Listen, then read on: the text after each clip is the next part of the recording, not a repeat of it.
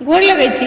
हम चमचम मैथिली गीत में अहाँ समस्त मिथिलावासी के स्वागत करै छी।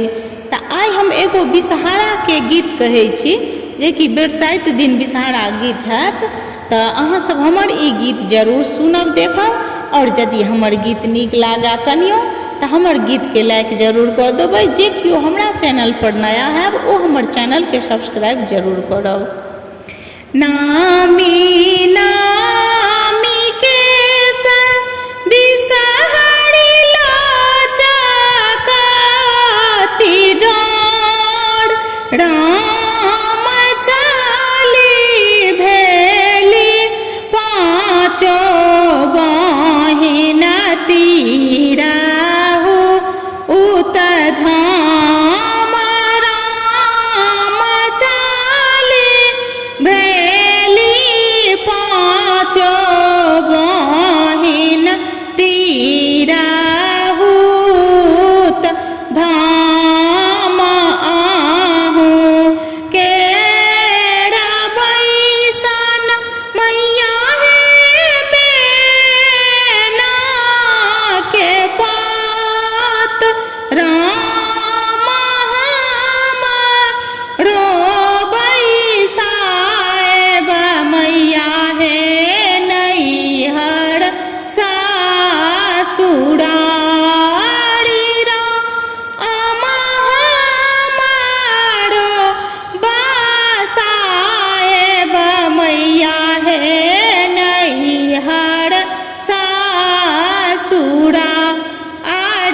आहू के सिंगार मैया है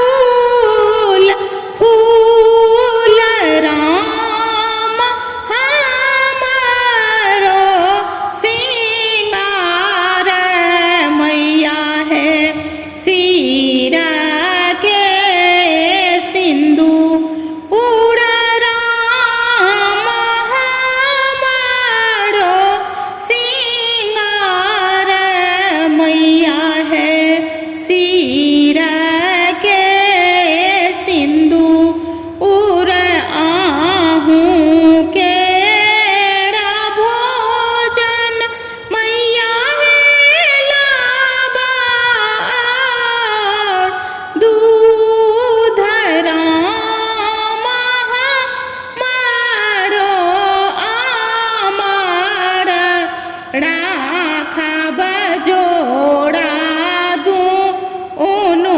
पुत्र राम हमरो आमर राखब जोड़ा लागल पुत्र भानहि